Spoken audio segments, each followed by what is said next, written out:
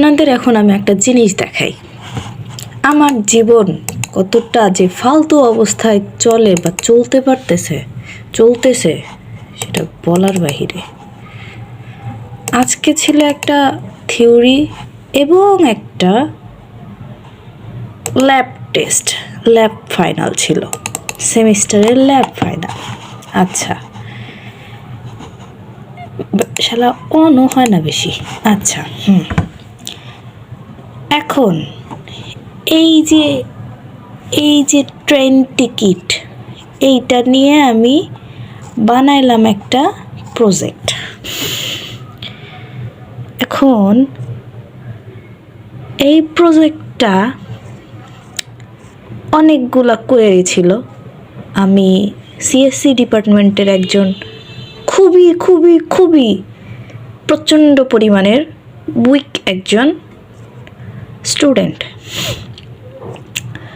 তো এই যে আমাকে একটা প্রজেক্ট স্যার বানাইতে দিয়েছে, এখন শুধু আমাকে না, আমাদের ক্লাসের প্রত্যেকজনকেই বানাইতে দিছে। আমি এই প্রজেক্টটা অলমোস্ট রাত 12টায় বসছি, সকাল 5:30টার দিকে আমি দেখতে পাই যে আমার এটা এখনও শেষ হয় না। এদিক দিয়ে আজান দিছে, বুঝতে পারলাম যে রাত পার হয়ে দিনও চলে আসছে। আচ্ছা, ভালো কথা। ওই দিনও শেষ হলো না। 25টা কোয়েরি, মানে একটা তো মিনিমাম থাকে। আমাদের মতো স্টুডেন্ট যখন হঠাৎ করে জানতে পারে 25টা কোয়েরি একটা প্রেজেন্টেশন রেডি করতে হবে, তখন তার জীবনে কীরকম পরিমাণের একটা ভয়াবহতা চলে আসে, এটা একটা সিএসসি ডিপার্টমেন্টেরই একদম নিম্নমানের একটা স্টুডেন্টই বুঝতে পারবে। এখন কোয়েরি করছি কোনোভাবেই এক্সিকিউট হয় না, কোনোভাবেই রান হয় না, ঠিকমতো সাকসেসফুলি রান হয় না। আচ্ছা, গেল। পরের দিন আবার আমি প্রেজেন্টেশনটা নিয়ে বসি, এটা নিয়ে কাজ করতে শুরু করি। চলছে কাজ আমার, হইল, শেষ করলাম।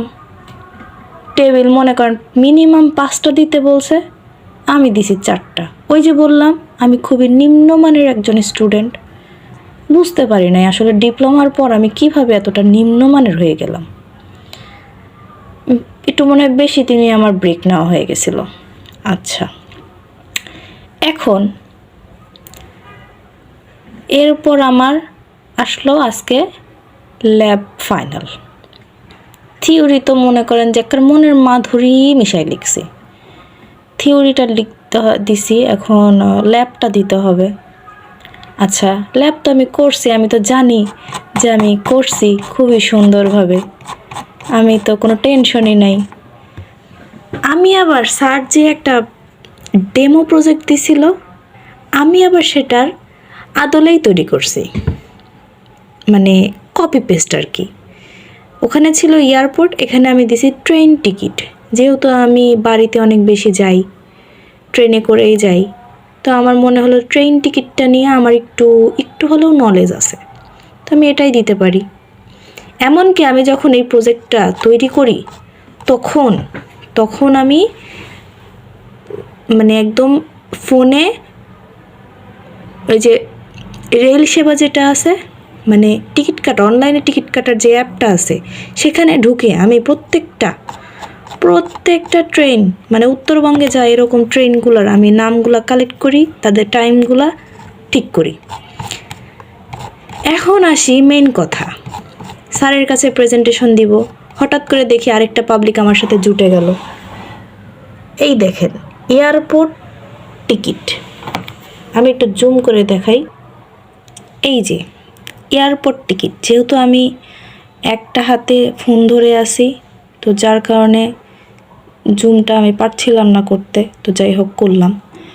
এখন আমি খুবই আবার অনেস্ট, মানে আমার ভিডিওতে কোনো কাটসাট খুব কম থাকে, আমি এরকম রিয়েল ভয়েসে কখনো দেই নাই, তো যাই হোক দিচ্ছি। এখন এই যে আমি কপি করছিলাম, এটার দিকে তো আমার কোনো খেয়ালই নাই। আমি তো জানি ওরে বাবা আমার প্রজেক্টর রেডি, এখন আউটপুট যতই ইরোর হোক, প্রজেক্ট তো আমি তৈরি করছি, 25টা তো আমি কোয়েরি দিছি। প্রথমে দিছিলাম 12টা, ভার্সিটিতে গিয়ে চেক করার সময় দেখি আমার 12টা হয়ে আছে। ওইগুলাকে আবার আমি কপি মেরে পেস্ট করলাম। এখন পেস্ট করার পর দেখলাম যে আমার আবার সব চেঞ্জ করতে হবে, করলাম, আমি টিরের নাম টাম সব চেঞ্জ করলাম। কিন্তু এই যে এই যে এই এই এয়ারপোর্টটা, এখানে যে আমি এটুকু যে কপি করছিলাম, করার পর কালার টালার যে চেঞ্জ করে দিছি, এটা তো আর আমার মনে নাই। ওই কেমনে মনে রাখবো ভাই, আমার তো এত কিছু চোখ যায় না, আমি তো জানি তো এদিকে আমি ঠিক করছি। আচ্ছা, আমার সাথে আরেক বান্দা ছিল, যেই বান্দাও দেখে নাই। করছি তো আমি, ওই বান্দা তো মানে ক্লাসে যাওয়ার পর আল্লাহর বান্দা হঠাৎ করে দেখা হলো, বলল যে বন্ধু আমারেও নাও। আচ্ছা ঠিক আছে, নিলাম। এখন নেওয়ার পর সেই আগে মানে অন করলো আর কি প্রজেক্টটা স্যারের সামনে। এখন উপরে এই যে আমার ল্যাপটপের স্ক্রিনটা তো এতটুক, বাট স্যারের প্রজেক্ট মানে ভার্সিটির প্রজেক্টরটা বড়, এই লেখাটাও বড় হয়ে গেল। এয়ারপোর্ট টিকিট বুকিং কী রে বাবা, প্রথমেই ইমেজ আমার গেল। স্যারকে আমি না পারে বলে দিলাম, স্যার আপনি যেটা দিয়েছিলেন সেটার আদলেই করছি। স্যার আমাকে বলল কপি পেস্ট করছেন। আমি বলছি স্যার কোথায় ট্রেনের টিকিট আর কোথায় এয়ারপোর্টের টিকিট, দুটার মধ্যে তো আকাশ পাতাল তফাৎ। যাই হোক, কথাটা আমি একটু তাড়াতাড়ি বলছিলাম, না বললে হয়তো বা যেটুক পাংচার হওয়ার তার থেকে আরও 3 গুণ বেশি পাংচার হয়ে যেত। মানে সাইকেলের টায়ার পাংচার হওয়া আর ট্রাকের টায়ার পাংচার হওয়ার মধ্যে একটা পার্থক্য আছে না, ঠিক ওই রকম। আচ্ছা, এখন এয়ারপোর্টের টিকিটটা আমি আমার বন্ধুকে বললাম, ভাই তুই দেখতে পাচ্ছিস এখানে ভুল, তুই এটা উপরের দিকে স্ক্রল কর, তোর এখানেই কেন আটকে থাকতে হবে। ও এখানেই আটকাই রাখছে। রাখার পর আমি বললাম আচ্ছা ঠিক আছে, যাই হোক উপরের দিকে তোলো, মানে প্রজেক্টটা আর কি উপরের দিকে তোলো। তুললো, সে বোঝে না যে এখানে একটু ভুল হয়েছে। গাধা তুই আইসে তো দেখছো যে আমি এটা ট্রেনের টিকিট দেখতে পাচ্ছি, এয়ারপোর্টের টিকিট, মানে একটু মিস্টেক আছে, তুই উপরের দিকে তোল। ওই কী করলো, উপরের দিকে তুললো, কিন্তু ওই যে তাই করা। যাই হোক, থামেন একটু আগে জুম আউট করি। তো এই যে আমার সারা রাত ভরা, সকালবেলা উঠে দেখি মানে সকাল হয়ে গেছে, আমার প্রজেক্ট শেষ হয় নাই। আমি এত কষ্ট করে এই যে প্রজেক্টগুলো করলাম, এই যে এই ইয়ার ডায়াগ্রামটা করতে যে আমার কি কষ্ট হয়েছে, যেটা বলার মতো না। আচ্ছা, এখন আমার কথা হলো, এই প্যারাদায়ক জিনিসগুলো কি আমি সহ্য করি না আরও কেউ সহ্য করে? তারা কারা? নির্ঘাত সিএসসি ডিপার্টমেন্টের স্টুডেন্টরা, যারা আমার মতো একেবারে নিম্নমানের, একেবারে নিম্ন উইক। আমি কিন্তু নিম্নমানের না, কিন্তু এসব কোডিং বিষয়ে আমি আবার খুবই উইক। এই টুকটাক একটু গ্রাফিক্স পারি আর কি, গ্রাফিক্স। তো যাই হোক, এটা একটু আর কি পারি। তো ভিডিওটা অনেক বেশি বড় হয়ে গেছে, কার কতটুকু ধৈর্য আছে আমি জানি না। যেই দেখছেন, যে দেখেন নাই দেখেন, পারলে কাউকে একটু নিয়ে দেখায়েন। যদি কেউ কম্পিউটারের স্টুডেন্ট থাকেন তাহলে তো সে একটু ভালো করে বুঝবে। আর যে মনে করেন যে আমার মতো একেবারে নিম্নমানের স্টুডেন্ট, তারে আর কি বলবো। তো যারা এতক্ষণ ধৈর্য ধরে আমার ভিডিওটা দেখলেন, তারা প্লিজ আমার জন্য দোয়া করেন যেন আমার এই সাবজেক্টে পাস অন্তত আসে। কালকে আরেকটা ব্যাম্বো থেরাপির একটা সাবজেক্ট আছে, ডিজিটাল লজিক, আর ওই কিছু বুঝি না। এই দুঃখে আর কি এই ভিডিওটা বানানো, কি আর বলবো। আল্লাহ হাফেজ।